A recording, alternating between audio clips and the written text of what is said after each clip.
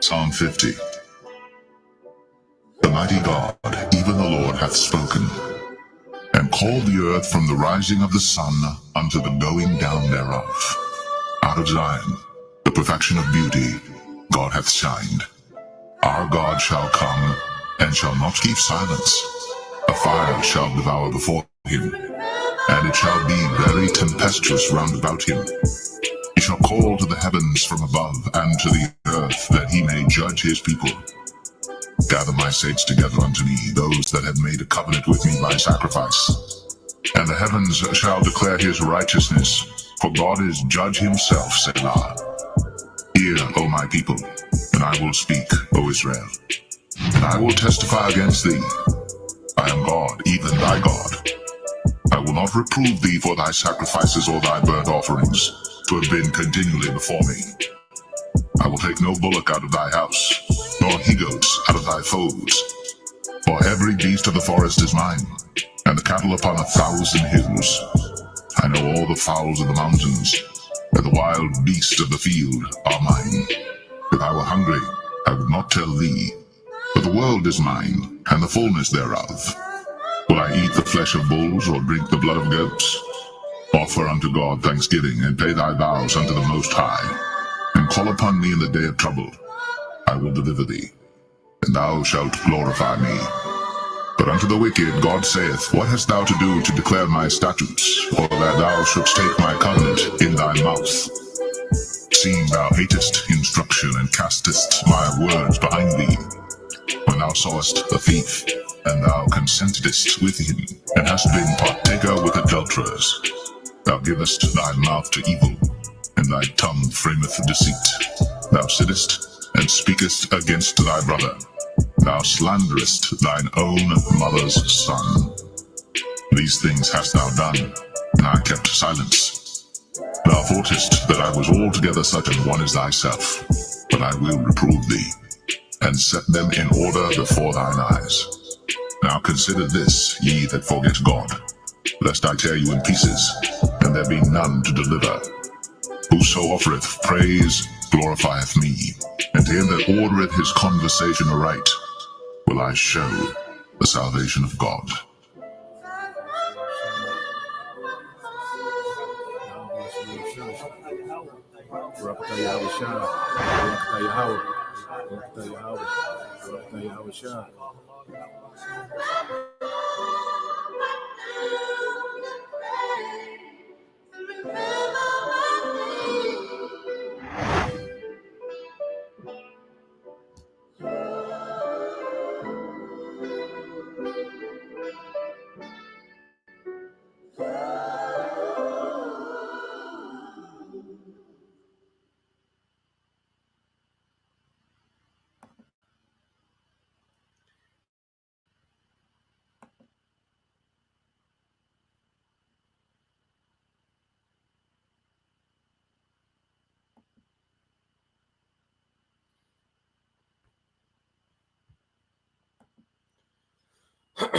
All right, Shalom. First and foremost, I would like to give all praise and glory unto Yahweh by Hashem, Yahweh Shah by Hashem, Kampadash. Double honors unto the apostles and the elders of GMS, whom rule well, teach well, being great examples to his younger brothers. And peace and blessings, salutations. Hopefully, they got there pushing his words in truth and in sincerity across the four winds in the name of Yahweh by Hashem, Yahweh Shah, pushing to get up out of here. Shalom to the whole fleck, the believers, the listeners whom have came back to the obedience of the scriptures through faith in Yahweh by Hashem, Shah. And what we're gonna get into today, something that Spirit has been building on, and it's from Khazars to small hats, and this is a lesson I've been pondering on, about a week, a little bit over a week, and the Spirit had it, where it came out today, and it ties into the madness, that we've been hearing these last few days, dealing with the IUIC, with Bishop Nate, which he's going way off the rail, This is by far the worst, he's ever been as far as doctrine. And we're gonna continue to correct these things and get edification. At the end of the day, we know that you the IUIC and Nathaniel, all right, Bishop Nathaniel, they're gonna have their their devout follow. Pretty much what he can say and do anything, and they cheer it on. All right, but we're gonna use these opportunities, okay, for edification. And we're gonna go into these things, because everything that we see playing out all ties in the prophecy. And see, one thing about it is we come into a time where we're gonna need more faith than ever. All right, you got a lot of jakes that are not gonna have an understanding in what they believe. You know, there's a lot of jake. It's likely that as when we come to the clutch, they're not gonna have a solid understanding of what they really believe. Okay, because pretty much, Nate, he know, there's no way that Nate believed that shit he was saying. There's no way that he believes those breakdowns. All right, we understand that, hey, he set up, to discredit, the truth, okay, and to cause confusion amongst the masses. Him being pretty much the most popular, out of the false prophets amongst, the ministry. Okay, we know, all right, he's controlled. Okay, and there's no way, like I say, that he believes that madness. So let's get into some precepts. I got some videos. I got a book, um, called Facts Are Facts. We'll go into this. All right, dealing with here we go. Yeah, it's called Facts Are Facts. Let me try to get it. Hold on. There we go. All right, so that's the book, Facts Are Facts, and it's by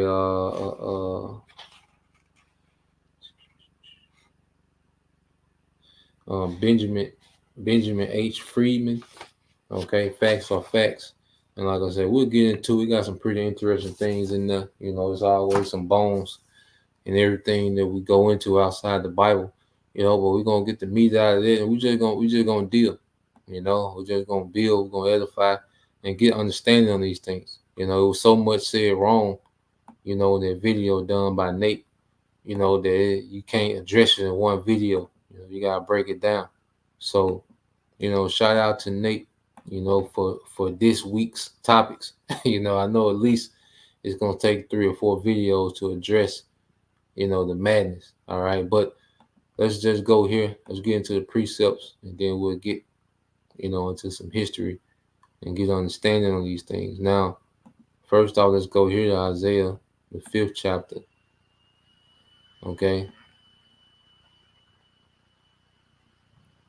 this is Isaiah 5:13. It said, "Therefore, my people are going into captivity because they have no knowledge, and their honorable men are famished, and their multitude dried up with thirst."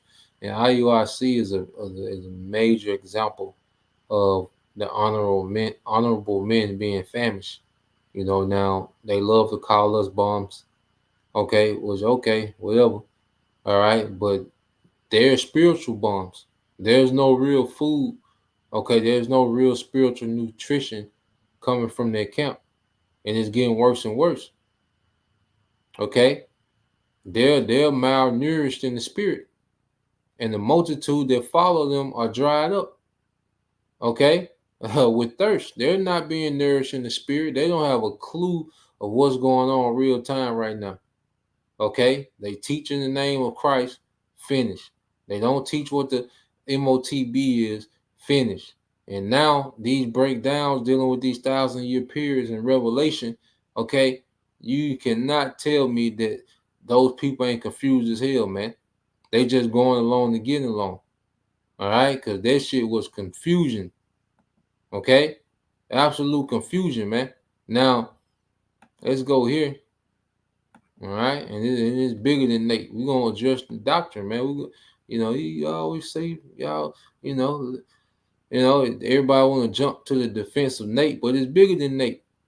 Okay, This is about the true doctrine going forth, man. This is the business of Yahweh Bashim Al Shai.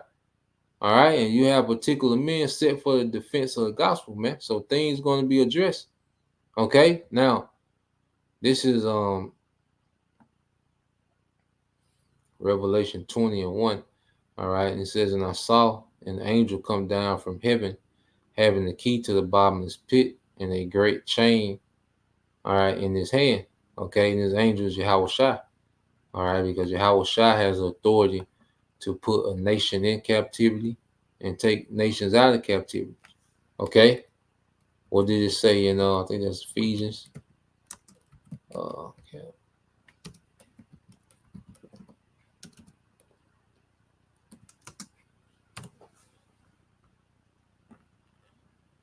Mm.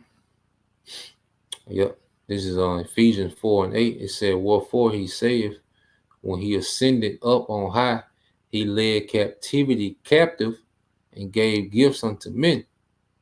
Okay, because Yahweh Shai at the right hand side has the authority, okay, to put nations in captivity and take nations out of captivity. Okay, that's why we have to wait on him for our redemption. Okay, and for Esau to be put in captivity, we all have to wait on Yahweh Shai. We're subjugated to the second coming of Yahweh Shai. All right, but in this time, and this is going into what we call the dark ages. Okay, and we're going to go into these things, what these devils were doing during the dark age. We're just going to, briefly touch on these things. Some things, you're going to have to look up, on your own, watch, but we're going to, touch on some things, what was going on and what led up to them devils being the small hats today.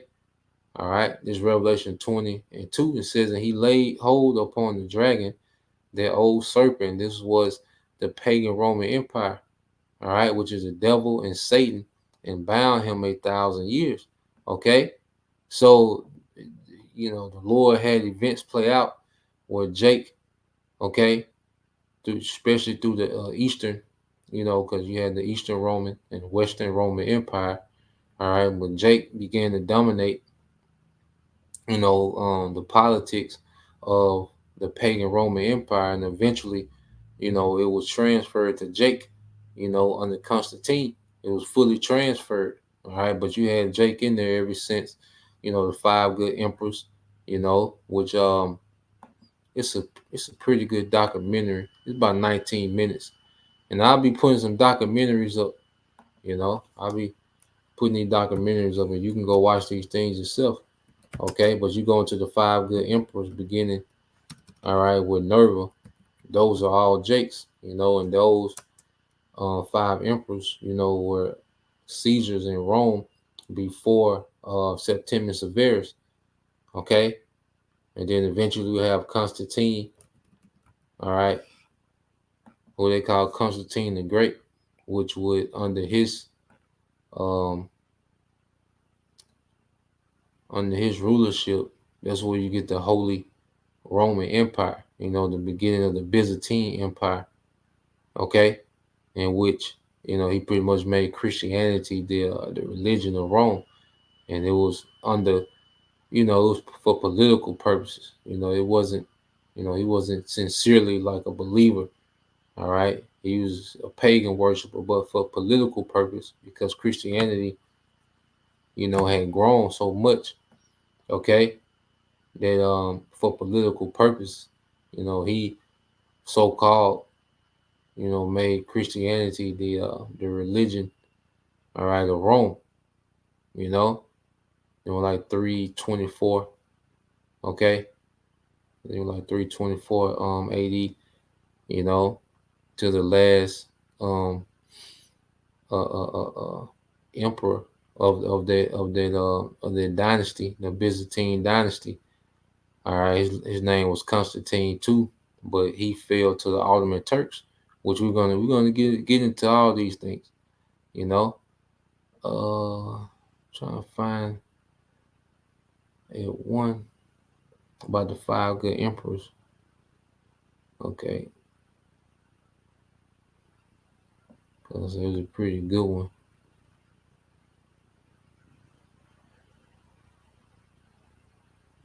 See if I can find it. It usually one of the first one to pull up. Let's see.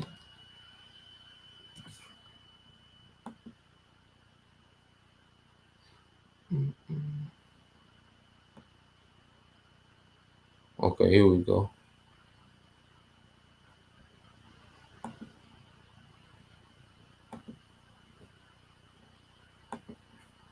So, yeah, here goes a link here. All right, dealing with the five good emperors. All right, and them they were all Jakes, and you know they became emperors, and this is when Esau started being phased out of power. Okay, that old serpent Esau Edom. Okay, so let's keep reading on, and it says, and laid hold on the dragon, that old serpent, which is the devil and Satan, and bound him 1,000 years. Okay, now you got Nate saying this is going to happen in the kingdom. Okay, he's going to be pushed into the Caucasus Mountains. No, man, all this already happened. Okay, in the kingdom we're going to be at rest, and I'll say it's going to take a few videos to unpack that madness. Okay, because he just went crazy. All right, and it says, and cast him into the bottomless pit, and shut him up, and set a seal upon him, that he should deceive the nations no more, till the 1,000 years should be fulfilled. And after that, he must be loosed a little season. Now, Nate, all right, Bishop Nathaniel is saying this is going to happen in the kingdom. Okay, nah, man, this has already happened, and we're in that little season of him being loosed. Okay, absolutely not. This is not going to happen again. This is madness, man. Okay, now let's go to Malachi. All right, let's go to Malachi chapter 1. All right, and link it. Now, this is Malachi 1 and 1. Said the word, it said the burden of the word of the Lord Yahweh to Israel by Malachi. I have loved you, said the Lord, yet ye say, wherein hast thou loved us? Was not Esau Jacob's brother? Said the Lord, yet I loved Jacob, and I hated Esau, and laid his mountains, or his government, and his heritage waste for the dragons of the wilderness. Okay, and this was him, all right, being pushed out of power during the time of pagan Rome. Okay, this is him being sealed up for those 1,000 years. Okay, but what will happen? He will be loosed. Whereas Edom said, we are impoverished, but we will return and build the desolate places. And this is going to the Renaissance period, the little season. Okay, thus said the Lord of hosts, they shall build, but I will throw down, and they shall call them the border of wickedness, and the people against whom the Lord have indignation forever. You know, so as we read Malachi, we understand that this devil, okay, will be removed from power, but he will return, okay, and he will build. All right, he's already done this. This will not happen again. Okay, but now we're in a time where the Lord is going to throw down, and the Lord say the people whom He had in the nation forever. All right, and Scripture says the Lord will have war with Amalek from what generation to generation. Okay, and that's still to this day. All right, now real quick, let's get this in Job 30, and then we'll go into the history, man. Okay, just to link everything up. All right. Matter of fact, let's go into the history. Then we'll go into Job 30. All right. So first, I want to deal with this article here. Let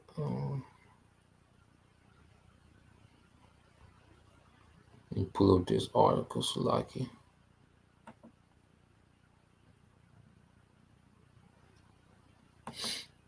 So I found this article. I think it's from Britannica.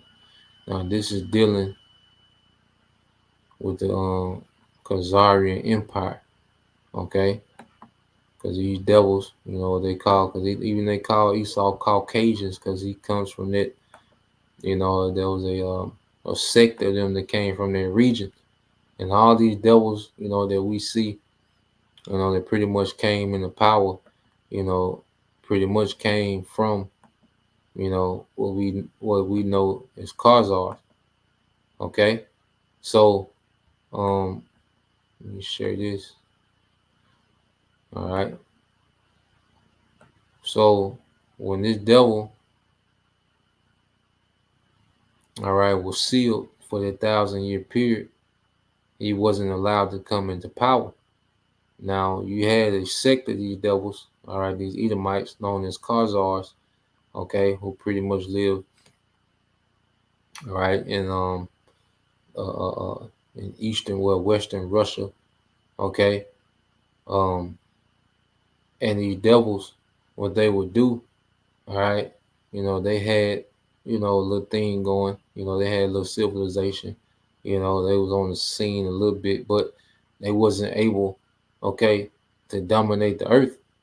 And he wasn't able to have any influence in the earth. He was pretty much, used as a vassal, between the Islam, all right, these Islamic empires, these caliphates. There's something else to study, those Islamic caliphates. And that's why, Islam has so much influence over there in their region, because you had Islamic empires that dominated in their region.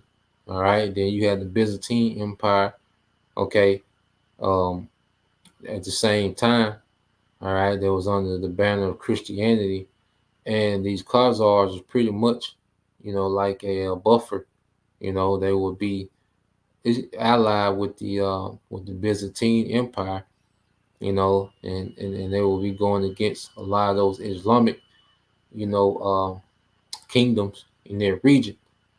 All right, and then you will have some of these devils will convert to what we call uh, Judaism, in which way you get the pretty much the origin of the Ashkenazi Jew. All right, these Edomites that will eventually migrate into Europe. Okay, and the Ashkenazi Jews, and then eventually they would start to trickle into what we know as Palestine, or the land of Israel today. Okay, just to sum it up. But we're gonna go, all right, just read a little bit of this history dealing with the Khazar. All right, so it says Khazar, member of a confederation of Turkic-speaking tribes that in the late 6th century, established a major commercial empire covering the southeastern section of modern European Russia. Although the origin of the term Khazar and the early history of the Khazar people are obscure, okay, and these devils know who these Khazars are, man. Okay, it's always obscure when it comes to Esau's true history. It says it's fairly certain that the Khazars were originally located in the northern Caucasus region, all right, and were part of the Western Turkic Empire, all right, in Turkestan.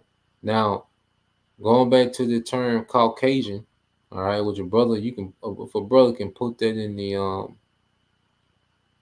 link, that word Caucasian. If a brother can put that in the comment, in the chat, you know. The word Caucasian, is a term for so-called white man. So, why are they related? Because they know their origins, and this was after, all right, they was pushed out of the Roman Empire, man. Okay, this is what Job was speaking of. It says the Khazars were in contact with the Persians in the mid 6th century CE, and they aided the Byzantine emperor, all right, Heraclius, okay, and these were Jake's, reigned 610 to 641 in his campaign against the Persians, okay. By the beginning of the 7th century, the Khazars had become independent of the Turkic Empire to the east, but by the middle of that century, the expanding empire of the Arabs had penetrated as far northward as the northern Caucasus, and from then on until the mid 8th century, the Khazars engaged in a series of wars with the Arab Empire. All right, the Arabs initially forced the Khazars to abandon, all right, the burnt, but around 685, the Khazars counterattacked, penetrating southward of the Caucasus into present-day Georgia, Armenia, and Azerbaijan. The Khazars and Arabs fought each other directly in Armenia in the 720s, and though victory passed repeatedly from one side to the other, Arab counterattacks eventually compelled the Khazars to permanently withdraw from the Caucasus. Okay, so these devils, all right, they wasn't able to dominate the earth with the sword like they did, like they're doing now. You see, he was loose. When he was turned loose, he was able to go dominate these nations with the sword. All right, but when he had this seal on him, he couldn't force himself back into power. Okay, so this fighting between Esau and Ishmael, this goes back a long way. Okay, these are old ancient rivalries that we're seeing playing out today. Okay, but it should make sense. He said he was sealed, you know. So like I said, he wasn't able to spread his influence or dominate these nations. He win a skirmish here and there, but he wasn't able to come into power like we see today when he was loose. All right, it says the Khazars' initial victories were important, though, since they had the effect of permanently blocking Arab expansion northward into Eastern Europe, having been compelled to shift the center of their empire northward. The Khazars, after 737, established their capital at Itil, all right, located near the mouth of the Volga River, and accepted the Caucasus Mountain as their southern border. And Nate is saying this is going to happen again. We're going to put them back in the Caucasus Mountains, okay? Which that would be super stupid, okay? Why would all this work that got to be done? Why the hell would we just let Esau just chill in the Caucasus Mountains, okay, and get weapons, okay? That's extremely stupid, man. All right, so this is the brother GMS Shah Lakamat, Caucasians, white skin of European origin. Okay, let's say a person from the Caucasian. All right, the brother Hopeful Lake 3, Yaquab. All right, it says this brother Corner Wow, GMS Prayer always Hopeful Lake. It says Caucasian of the relating to the Caucasus region, or its people, languages, or culture, or relating to a group of three language families spoken in the region of the Caucasus Mountain. Okay, you see, and going back to what a white skin, we know they're not white skin. All right, they're pale, they're red. All right, blood showing through, their skin. Okay, but the political term that they put on themselves, all right, is white. But at the end of the day, we know this is speaking of Esau Edom. Yeah, this nigga's not gonna have no time to build no goddamn weapon, man. Okay? God damn. You know? So let's keep reading. Alright, it says during the same period, however, they expanded westward. By the second half of the 8th century, their empire had reached the peak of its power. It extended, all right. So by the 8th century, in the 700s, they pretty much peaked out, all right, in their power. It says extended along the northern shore of the Black Sea from the lower Volga and the Caspian Sea in the east of uh, the Dnieper River in the west.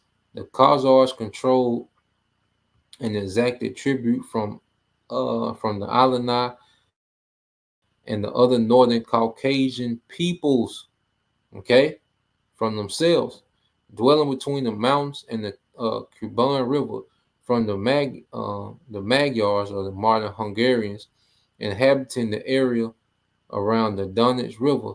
All right, so you go here.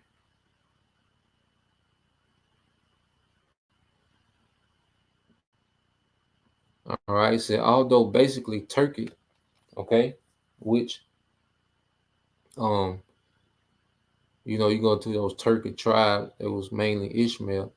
All right, but Esau was in that region, and he even took on, you know, the culture of the Turks, and that's where you get the Ottoman Turks from, which were Edomites that took down the Byzantine Empire. It's a good series on Netflix that goes into that. All right, I don't know if you brothers and sisters have seen that series Rise, watch Rise of Empires. Okay, which I'll leave a link for that as well. This is a real good series, and it goes into the history of the Ottoman empires. All right, it's on Netflix. Um, it's called Rise of the Ottoman Empire. It's a good series to watch. If you're into that. And it goes into the Byzantine Empire falling. Okay, to the Ottoman Turks, which the Ottoman Turks were Edomites. All right, because these devils, they take on whatever culture that's convenient for them. Okay, in their quest for power. All right, it says, although basically Turkic, the Khazar state bore little resemblance to the other Turkic empires of Central Eurasia, which were Ishmaelites. It was headed by a secluded supreme ruler or semi-religious character called a Kagan, who wielded little real power. Okay, and by tribal chieftains, each known as a beg. Okay, the state's military organization also seems to have lacked the forcefulness of those of the greater Turkic Mongol empires. Okay, so Esau really didn't have any real power. He was known for being warlike. Okay, but they really didn't have no real power. Amongst the other superpowers of this time. Okay, it says the Khazars seem to have been more inclined to a sedentary way of life. All right, this word sedentary. Uh, let's see.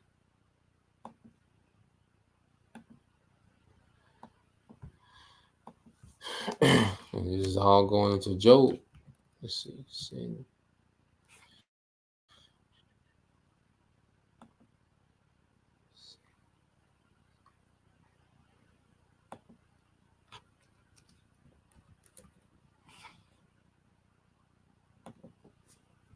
All right, so you go into the word sedentary.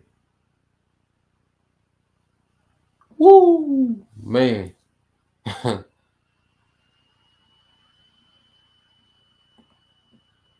it's gonna go into Job. Remember, he was sealed. Okay, so let me copy this and put this in here. It said he had a sedentary kingdom. So you go into the word sedentary. Okay, it says sedentary. It says an adjective. It says of a person tending to spend much time seated, somewhat inactive. Okay, tending to spend much time seated, somewhat inactive. He was sealed. Okay, he had a seal on him. The spirit had him inactive. Okay, he was bound. It says, characterized by much sitting and little physical exercise. And and this is what Joel was speaking of, man. This is him being bound with a seal on him, man.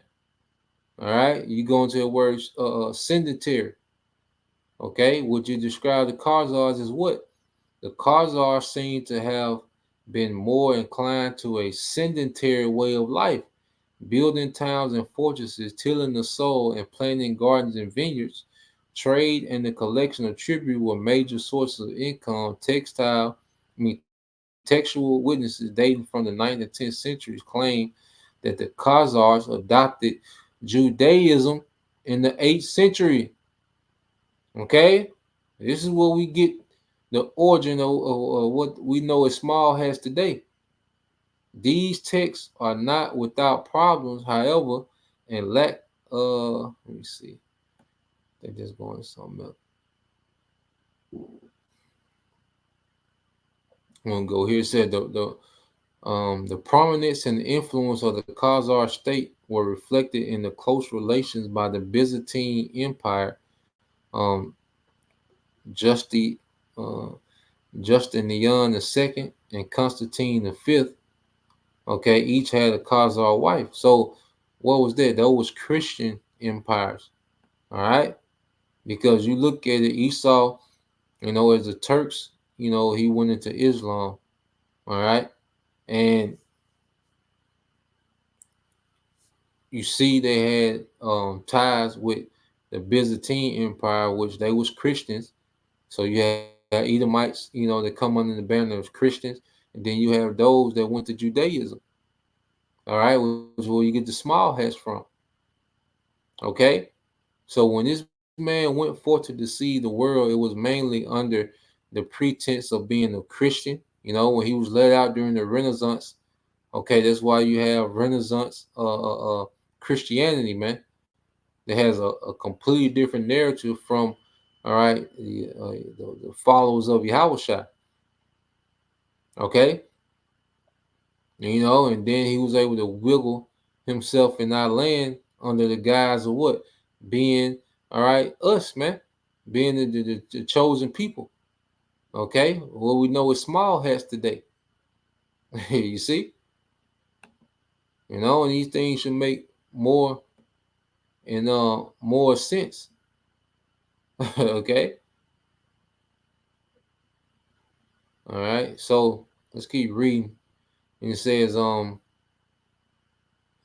main source of revenue for the empire stemmed from commerce, and particularly from Khazar control of the eastward trade route that linked Far East with the Byzantine. Okay, now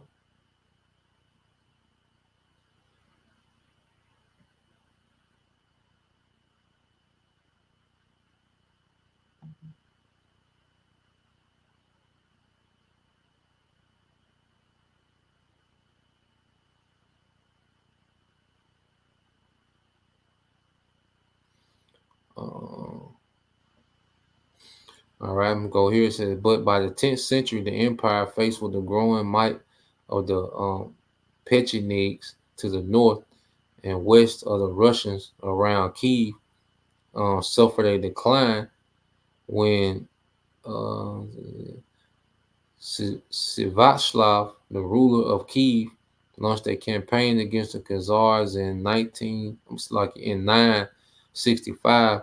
Khazar power was crushed. Okay, although the Khazars continue to be mentioned in historical documents as late as the 12th century, by 1030 their political role in the lands north of the Black Sea had greatly diminished. A seal was on him; he was bound. Okay, he was bound, and when they was diminished, this is where you see these devils start to integrate, as being Christians. All right, and Judaism under those two banners of Christianity. These Khazars, you know, uh, uh, uh, under these two banners of Judaism and Christianity, these Khazars, they wiggled up the ranks. Okay, to eventually they was the monarchs of Europe. Okay, the Byzantine Empire fell as the Turks. Okay, and then what we're going to see is pretty much the small hats. They pull one over. On the Turks. You know, and we're going to get into that, man. So I just want to run that little history down the Khazars. Then I got a video I want to play dealing with that as well. Let's play the beginning of the first, 5-6 minutes. Then we'll get into some scriptures, you know. And I pray, these things are making sense. Okay, you have to understand these things, man.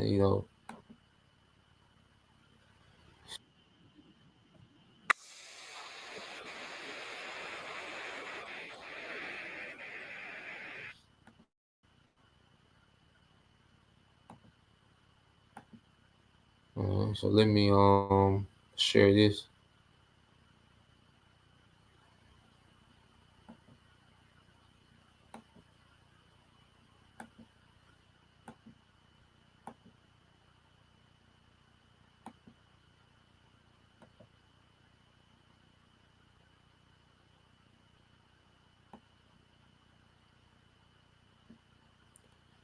All right. So this is gonna be pretty much a visual, the things we was reading, So I'm gonna play. I say about 5-6 minutes of it, and then we'll get to that in Job 30.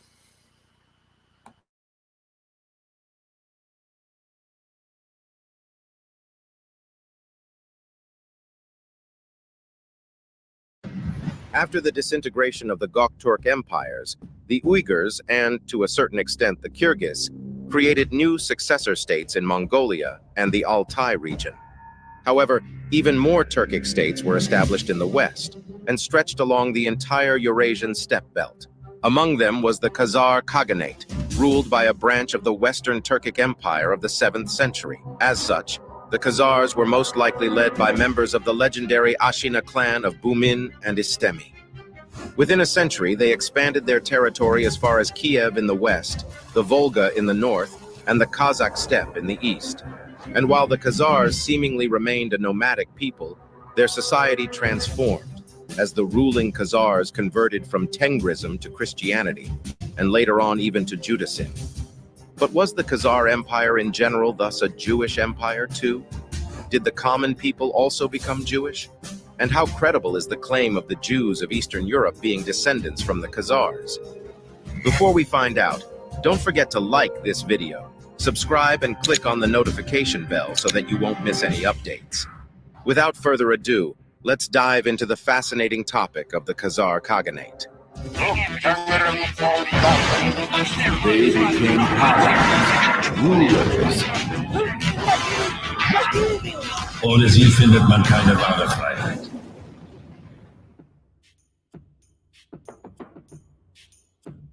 Out of all the successor states of the Gokturks, the Khazar Empire was the one located most westward, on the frontier between Europe and Asia. Centered between the Volga River and the Caucasus, their history can be traced back to the middle of the 7th century. And yet, the creation of Khazar identity is strongly linked to the downfall of the first Gokturk state. The Gokturks had advanced as far as Ukraine in the year 580 CE, and with the help of the also Turkic Oghur Federation, even besieged Cherson on the Crimean Peninsula, Byzantine territory. Over time, the Byzantines and Turks forged an alliance against their common enemy, the Sassanid Persian Empire. In 627, hostilities between Byzantines and Persians culminated, and the Turks intervened into the conflict. The king of the Western Gokturks, Tong Yabgu, besieged several cities in Georgia and Armenia, and sent his general Bori Shad to attack the Persians through Azerbaijan. However, Tong was murdered, and all Turkic armies retreated back to Central Asia amidst political chaos.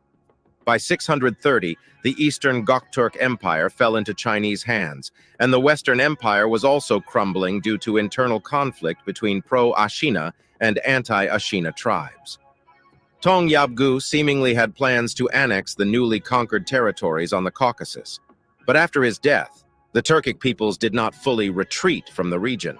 Indeed, his war against Persia laid the foundation of the Khazar state.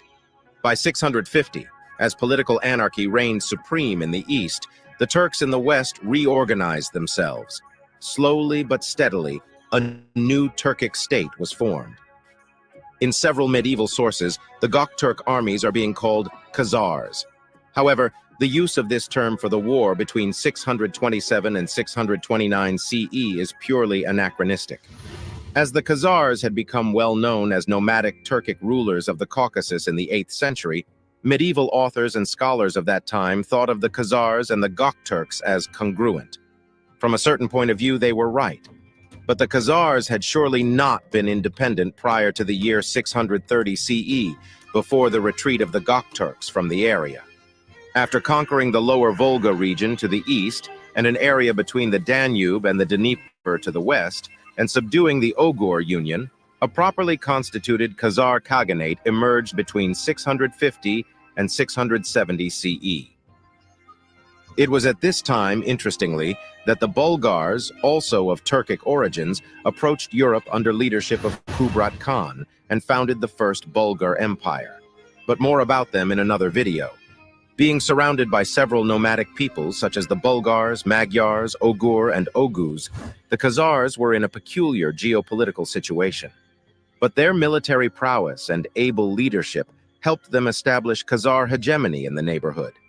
For the next 300 years, the Khazars would reign as the supreme empire of Eurasia.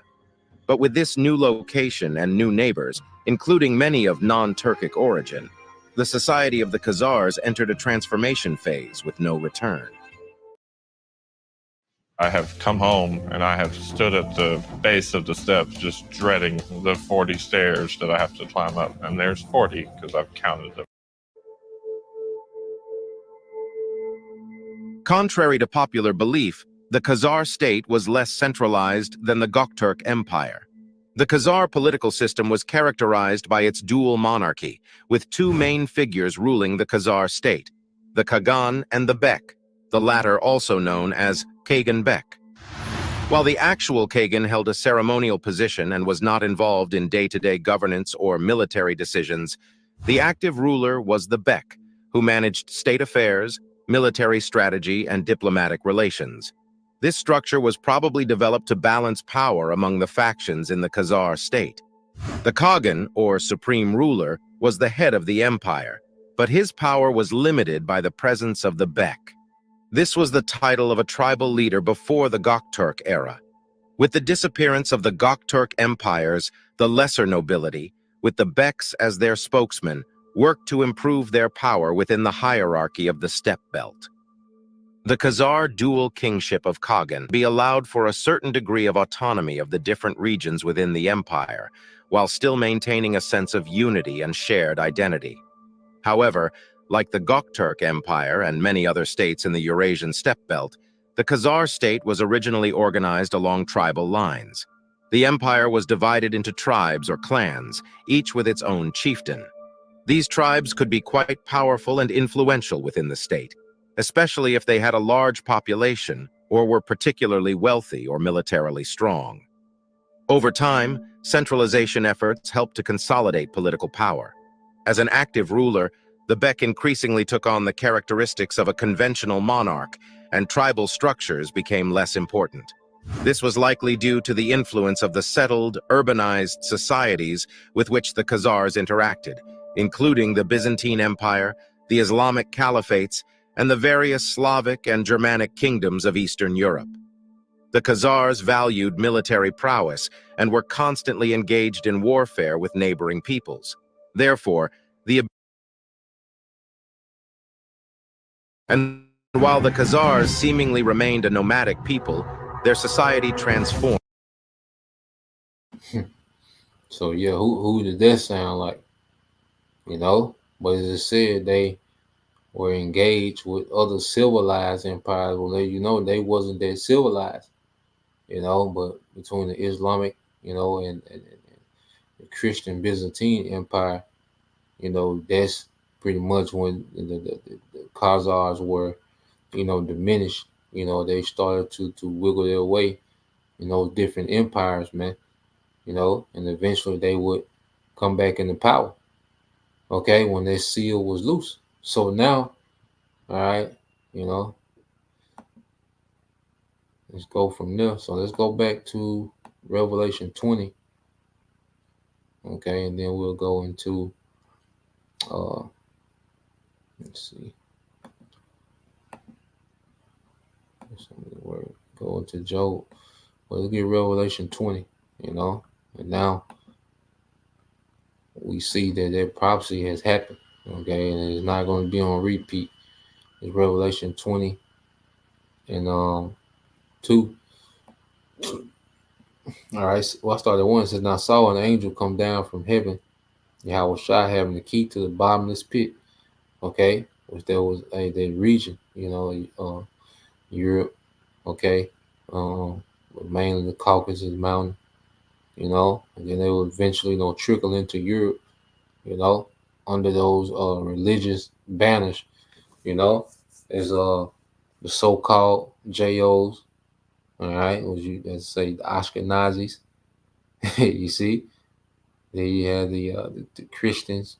You know, you have eventually the Edomites will be under these Christian monarchs. Okay, and then all right, you had the Turks, the Ottoman Turks, which was Islamic. Okay, but this devil was pushed out and removed, from power. It says, and he laid hold on the dragon. All right, and this is Edom, Rome.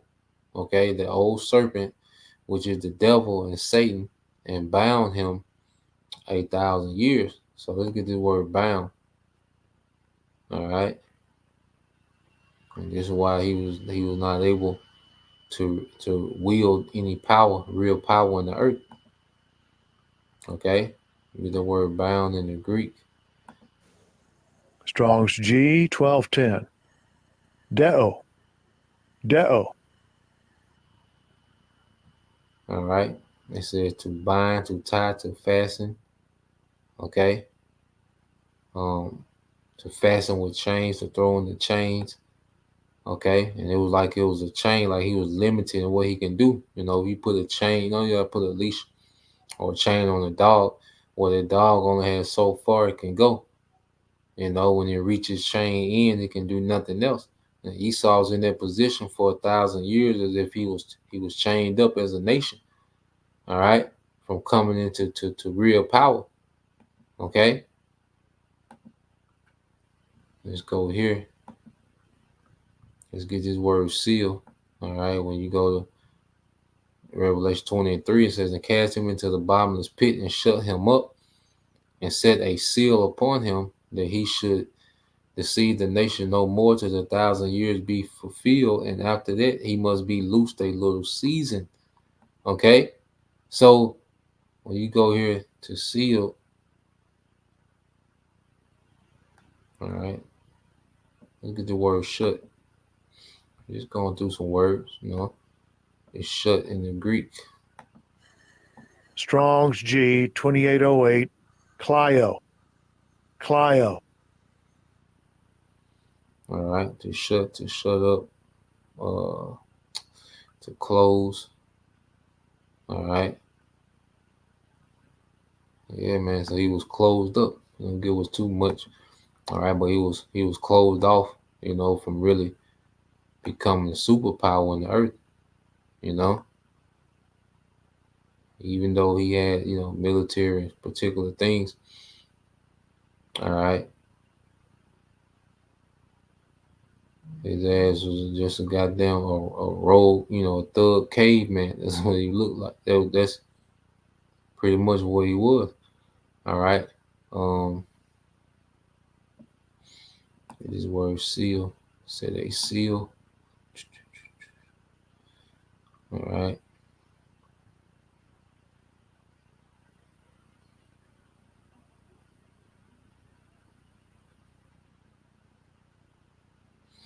All right. So you go to the word seal in the Greek.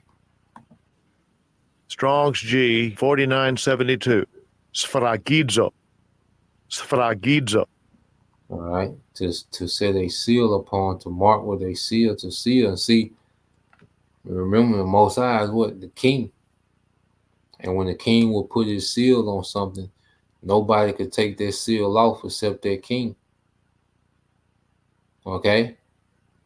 Only authorized people could take off their seal, in which ultimately Yahweh Shai, he was given that authority to take that seal off. All right? The Lord was allowed to seal this devil up. All right? And he was the one that took the seal off. And that's not all right, going to happen again in the kingdom, man. This whole process is not going to happen again in the kingdom.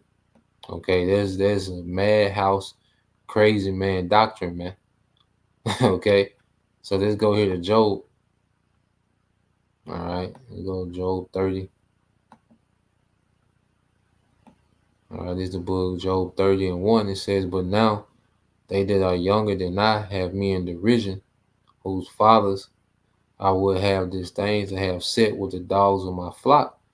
Okay, and he that is younger than I, speaking as Esau, Edom, and younger, all right, goes into basically his insignificance, man.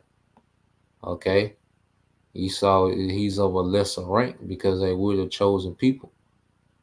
Okay, so I wanted to, might be all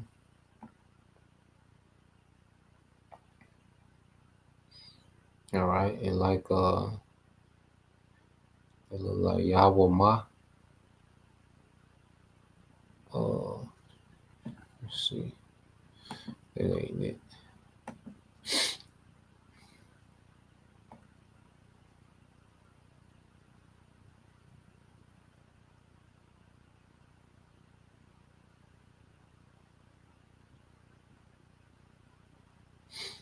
All right, so you get this Hebrew word, man, manah, which is younger. Okay.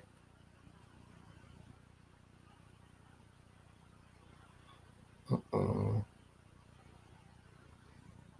right, so when you really go into it, I think you used to have another definition. You used to actually say the word insignificant. Let me see if it's a root. I ain't looked it up in a while.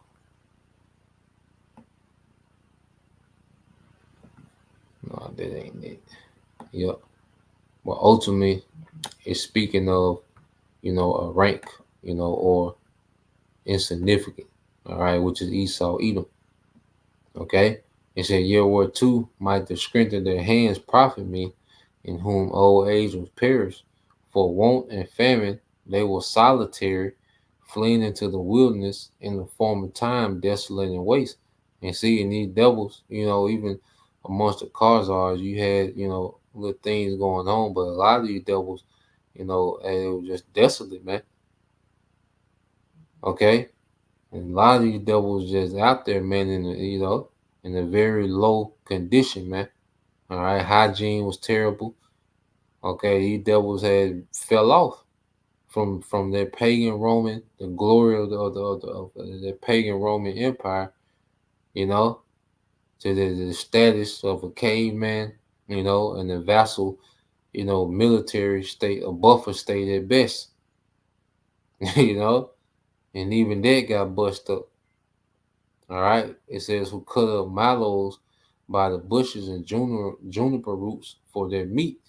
They were driven forth from among men. They cried after them as after a thief." Yeah, this man, he was pushed out. Okay, and the nation didn't look at this man, all right, as being, okay, the standard, the standard of the earth. Okay, there was a time when he was looked at as a low life. Okay, and they will use them, different, different cars, our military. They will use them, for proxies, pretty much. The way that Esau used, these other nations for proxies. Okay, that's how nations was doing him. You know, but they didn't, they didn't look at Esau. He didn't have a seat at the table. Okay, he said, "To dwell in the cliffs of the valleys and caves of the earth and in the rocks, among the bushes they braid." Okay, so you had certain devils couldn't even talk, man. Esau was low. It said, "Under the nettles they were gathered together. They were children of fools." Yeah, children of base men that were viler than the earth, man. And we know Esau was into all type of vileness. He's into all type of vile things, man. Okay, he's been into, the pedo and sacrifice and the candle. He's been into those things, man. Okay, It says, and now I am their song, yeah, I am their byword. And this happened during the Renaissance when he, you know, that seal was taken off of him. He was loose for a little season, and that's one of the first thing he did was do what, man? Okay, gathered us in the captivity. Okay, that's him being loose, man. It's a Renaissance, man. And I have this video that I did 4 months ago. All right, and it goes into Satan shall be loose from his prison. All right, fall of Granada and the conquistadors. Okay, so I got that video. This is here.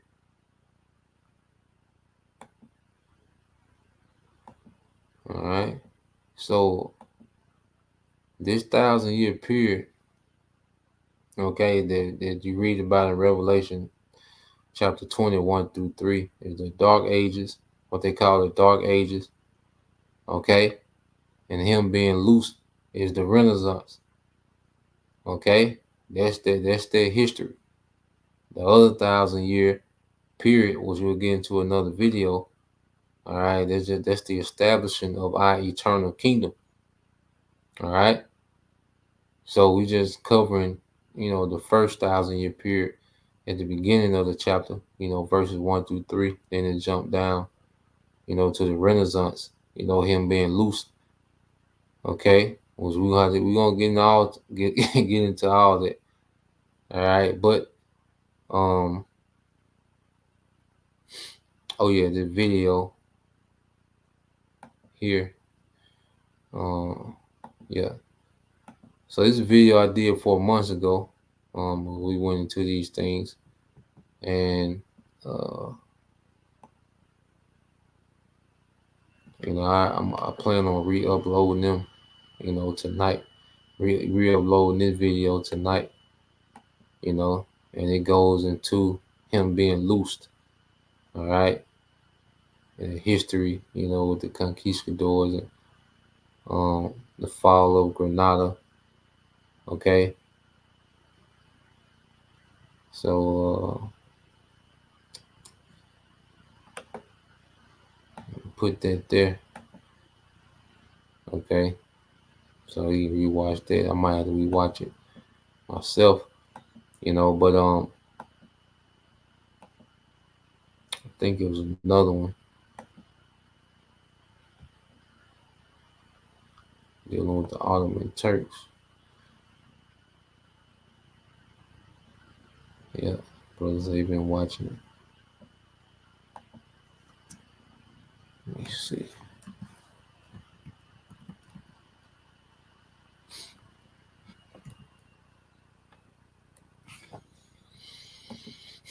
Yeah, I think I did two. One with the Ottoman Turks, and one, I believe, I had to find the other one. Yeah, I had to go find it, but I'll put that one up tonight, Lord will. So we can have something to reference. But yeah, so I got one more video now. We went into these devils, okay, being pushed out of power. All right, and then eventually they will be loosed. Okay, but while they was pushed out of power, they was influenced by, let's say, the Christians, the Islamic Turks, okay, and Judaism. Okay, now when you go into matter of fact, let me read this out this book.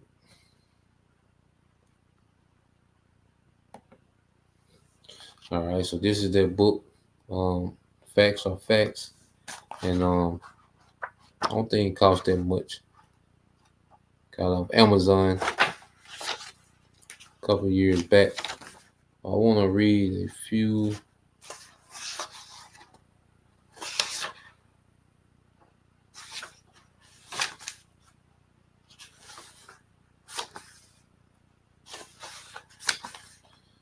I think this is page.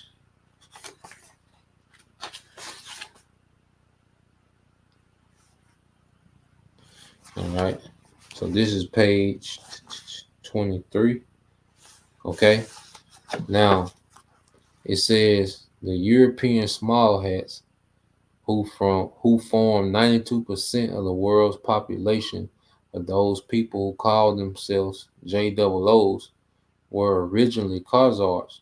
They were a warlike tribe who lived deep in the heart of Asia, and they were so warlike that even the Asiatics drove them out of Asia into Eastern Europe. You see, Job 30, they were driven away from men as a thief. They set up a large Khazar kingdom of 800,000 square miles at the time.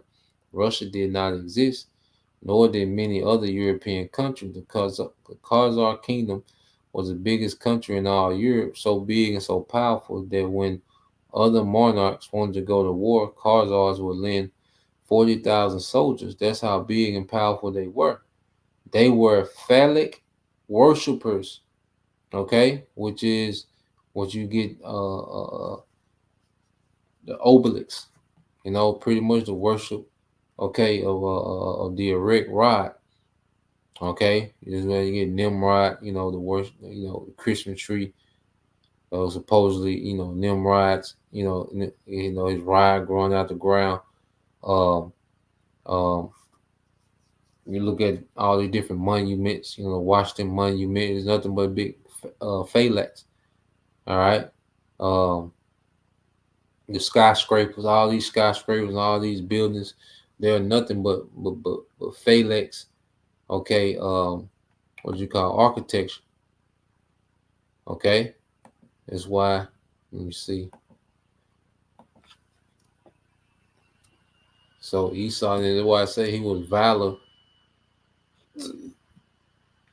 than the earth. He was into all this lewdness, and because it came with all different practices. The worship, if you worship, male sex organ, all right, which this society is big on that. Okay. Let me see.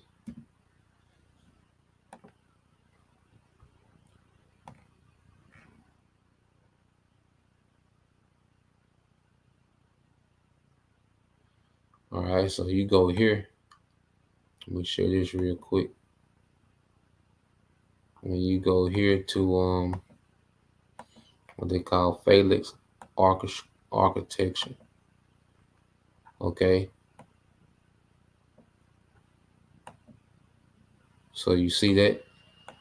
Now this is all modern architecture. All right. So that's how it's the spirit in these people bear witness who they are, man. Okay.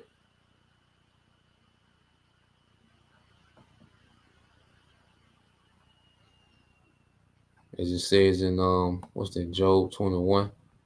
But yeah, they was noted, the Khazars was noted for worshiping the phalanx, okay, or what you call the obelisk, which is, even you go to the Greek god Pan, it's pretty much this horny, god that just walked around with an erection all day, okay. And this is the society that Esau pushed us, over sexualized, okay. Let's get that in Job. But these people actions show who they are, and I say this comes from Ham. All right, these Hamitic tribes that was into that phalanx worship, obelisk, So let's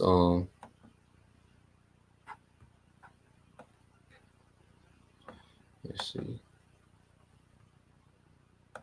And this all the devil is about. This how he builds. Look at this, man. Okay. Is it and the Khazars were stated, okay, to be phalanx worshippers, man.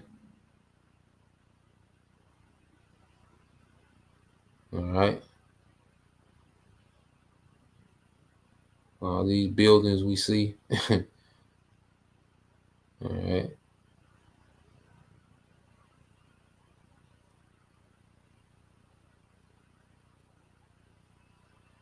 So, yep, that's that. But going back to the book Facts of Facts, it says they were phallic um phallus worshippers, which is filthy, and I do not want to go into details of that now, but that was their religion, as it was also the religions of many other pagans and barbarians elsewhere in the world. The Khazar king became so disgusted with the degeneracy of his kingdom. You see, he became, he said the Khazar king became so disgusted with the degeneracy of his kingdom that he decided to adopt so-called monotheistic faith, either Christianity, Islam, or what is known today as Judaism, which is really Talmudism. By spinning a top and calling it out any, many, miny, mo, he picked out so-called Judaism, and that became the state religion. He sent down to the Talmudic, all right, because those small hats, what is their uh uh, uh you know their basis? Okay, they base their teachings out of the Talmud. Okay, but this goes back to the Khazars when they decided, to make Judaism the state religion. He went and got Talmudic schools of Pumbita, and Sarah, and bought up thousands of rabbis and opened up synagogues and schools, and his people became what we call the JOOs. Okay, you see that? And you read it on. Let me jump to another spot. All right, it says so. The Khazars became what we call today the JOOs. All right. Um. Now imagine how silly it was for the great Christian country of the world to say we're going to use our power and prestige to repatriate God's chosen people to their ancestral homeland, the promised land. Could there be a bigger lie than that? Because they could control the newspapers, the magazines, the radio, the television, the book publishing businesses, and because they have the ministers in the pulpit and the politicians on the soapboxes talking the same language, it is not surprising that you believe that lie. You'll believe black is white if you heard it often enough. You wouldn't call black anymore. You'll start to call black white, and nobody will blame you. This is one of the great lies of history. It is the foundation of all the misery that has befallen the world. Okay? Now, let's get into some more precepts. Now, Revelation 20 should make sense when you understand the history. Okay? It's not something that's going to come in the kingdom. That's extremely off, man. All right? And there's confusion as hell. Okay? Now, when you jump down to Revelation 27, it says, and when the 1,000 years are expired, Satan shall be loosed out of his prison. Okay? And this is Esau, Edom, coming in the spirit of who? Satan, the adversary. Okay? And what will he do? And shall go out to deceive the nations which are in the four quarters of the earth. And the major deceptions he used was Christianity, okay, and him coming on in the banner as the JOOs, okay, which you have people that still believe that they are the people to this day. And who believe that the most? Christians. Okay, so this man will come back, okay, from being pushed out. All right, he will emerge from the Caucasus Mountains, okay, under the banner of Christianity and Judaism, and deceive the world. Okay, Gog and Magog to gather them together to battle. the number of whom as the sand is the sea, and this is happening now. Gog and Magog, which is Russia, okay, are being gathered for a battle that's going to end this man's rulership. Okay, well, like I said, this is a whole nother lesson we're gonna have to get into, man. Okay, but this is him going forth in the four quarters of earth. He has done that. Okay, he's not gonna have the resources or the time to go to the four quarters of the earth in the kingdom to deceive and the other nations to rebel, man. Come on, man. Goddamn, man. And ain't nobody gonna say nothing. Ain't nobody IUIC gonna say nothing. Ain't gonna pull him to the side and say, God damn, Nate. You know, I don't mean to be out of line, Bishop, but shit. You know?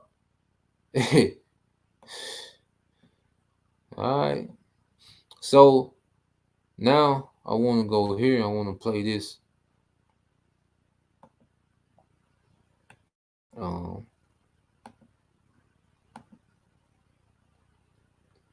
And the brother put.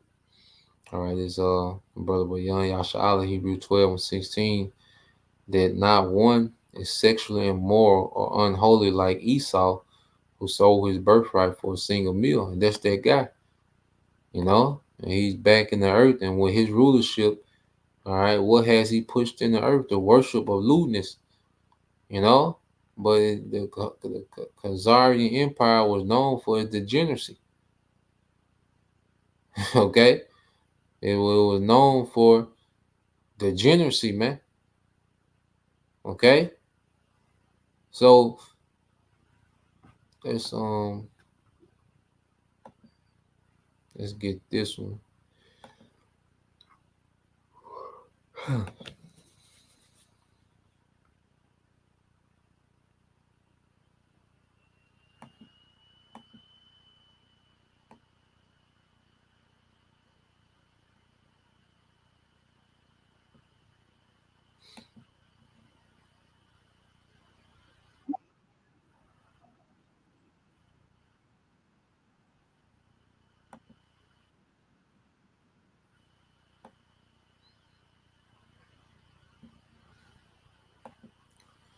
So what I'm gonna play now is going into how, you know, the small has gotten to the land, you know, and things that was happening in World War One. Now we're just gonna go into the first few minutes, you know, maybe 10 minutes, maybe, um, just to hit the point. But I'm gonna put the link. Now this is a good watch, you know. I say if you're interested into these things, you know. Let's see, copy, paste. It's a good documentary, about 52 minutes, you know, but it just goes into the details of how the British, you know, Empire, you know, when you go in the British, there's, you know, that's the banking, okay, the financing behind, all right, this beast system, all right, the elite bankers, you know, the Rothschilds, you know, the banking cartel, all right, and they, you know, pretty much, you know, what do you call it, Zionists, um, the Zionist movement, all right, have established, you know, a European colony of Edomites under the banner of being JOOs, all right, which we know as small hats. All right, so we went into the Khazarian Empire. Okay, we went into the different alliances that they had. So, what you had, the Turks, and remember the Turks as the Ottoman Empire, they became a dominant empire when the Byzantine Empire fell to the Ottoman Turks in 1452. All right, the Ottoman Turks, you know, pretty much became the dominant empire um, amongst these Edomites. But eventually, you know, they would start to dwindle in power, you know, and you had, you know, these European nations, you know, under the banner of Christianity, you know, but then amongst um, those European uh, countries, you had what you call the Ashkenazi Jews, which, all right, were nothing but Edomites, going under the banner of Judaism. They're all Edomites.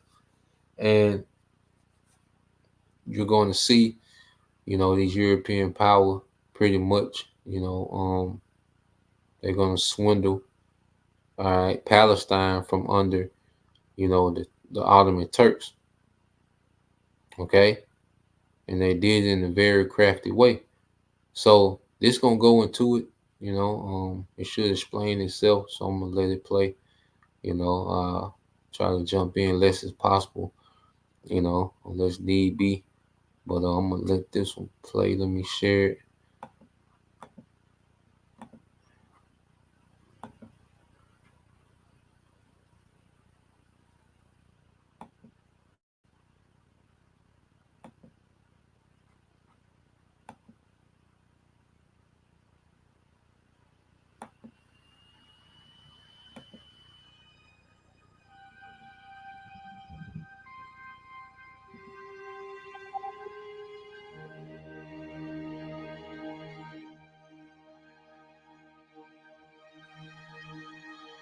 The bitter struggle between Arab and Jew for control of the Holy Land has caused untold suffering in the Middle East for generations.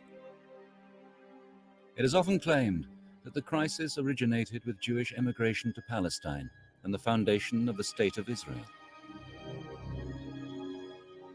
Yet the roots of the conflict are to be found much earlier, in British double-dealing during the First World War. This is a story of intrigue among rival empires, of misguided strategies, and of how conflicting promises to Arab and Jew created a legacy of bloodshed which has determined the fate of the Middle East.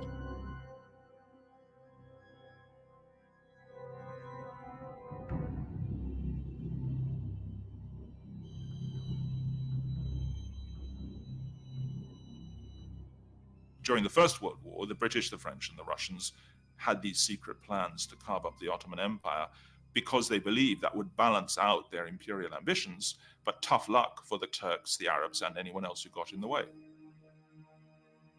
Certainly, all the seeds were planted then, in the sense that it was the British who promised the Arabs independence on the one hand, and a Jewish homeland on the other.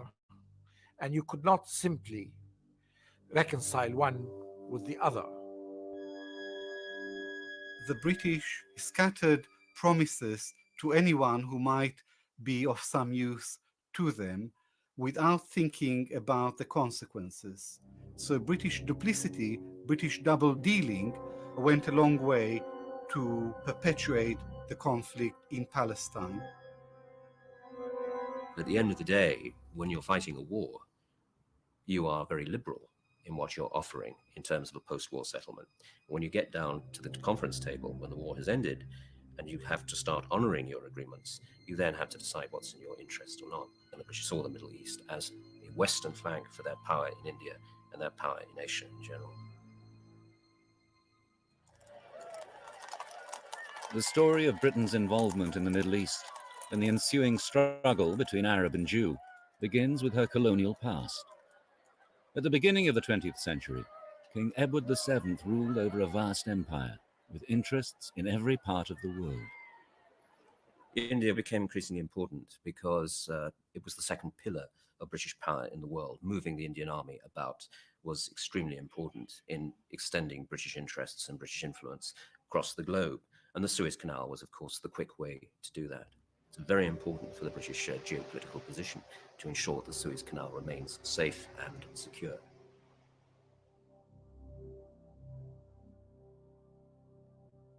With this aim in mind, Britain had become the only European power to establish a major foothold in the Middle East, in the principalities around the Persian Gulf, in Aden, and in Egypt.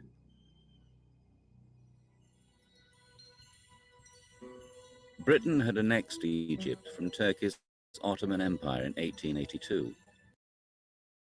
And by the time it was made a protectorate in 1914, Cairo had become the center of British power in the Middle East. The presence of imperial troops in the region was of vital strategic importance. For the Ottoman Empire under Sultan Muhammad V, was in alliance with Britain's much-feared rival, Germany. Together with the Austro-Hungarian Empire, these countries made up the Central Powers, and pitted against them were the three allies, Britain, France, and Russia. Are you a STEM professional and are looking to apply for U.S. permanent residency? Then stay tuned. From the Ottoman capital, Constantinople in Turkey, the Sultan ruled over the last of the great Islamic empires. It had been in almost terminal decline for decades. Yet the fate of the Ottoman Empire was to be sealed by the outbreak of the First World War in August 1914.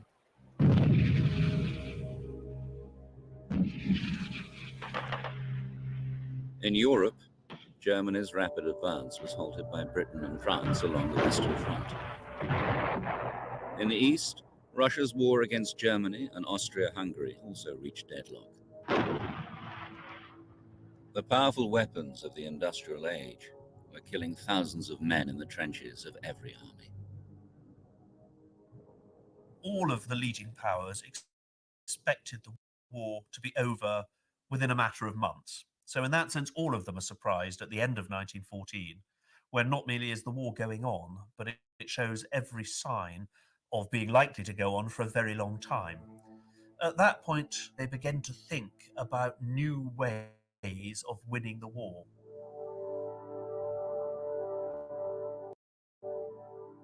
Britain's Prime Minister Asquith felt that with the stalemate in Europe, it was essential to widen the conflict. Together with Foreign Secretary Lord Grey, Minister for War Lord Kitchener, and the First Lord of the Admiralty Winston Churchill, they masterminded a complex strategy to undermine the Central Powers. This was a global war, and the British saw the Middle East very much in a global context. The traditional British preference for sideshows, as people unfavorably call it, the indirect strategy, the way of attacking the soft underbelly, as Churchill called it, of the enemy. And the soft underbelly was seen to be Turkey. Britain's secret plan involved, on the one hand, a military diversion, and on the other, a devious use of diplomacy through bribery, subversion, and double dealing. All these devices focused on the enemy's weakest link, Turkey's Ottoman Empire. Diplomacy in general has always had a secret dimension to it, but where discretion ends and conspiracy begins is an open question. But during the period up to and during the First World War, there was a particularly intense set of negotiations and discussions.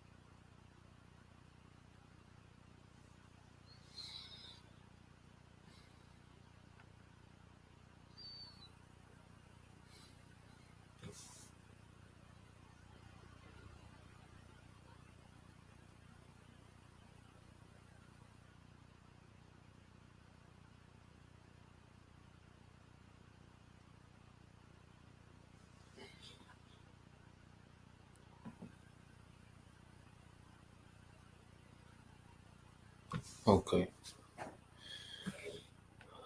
Boy, yeah. So yeah, I figured he probably was gonna do that. I caught myself watching. But at the end of the day, just to kind of sum up what they was going to go into. So what you had the British government pretty much.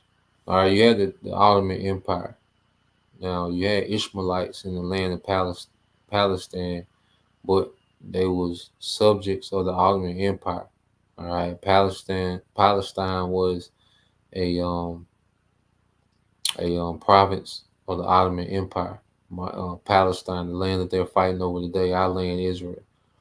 But you had those Ishmaelites in the land, all right, what they call Palestinians, and the British government pretty much got with those Ishmaelite Islamic leaders, for them, to go against the Ottoman Turks, and they promised them independence, you know, and they told, the European, okay, the Ashkenazi J double O's that, they will give them independence as well. That's where you get the term double dealing.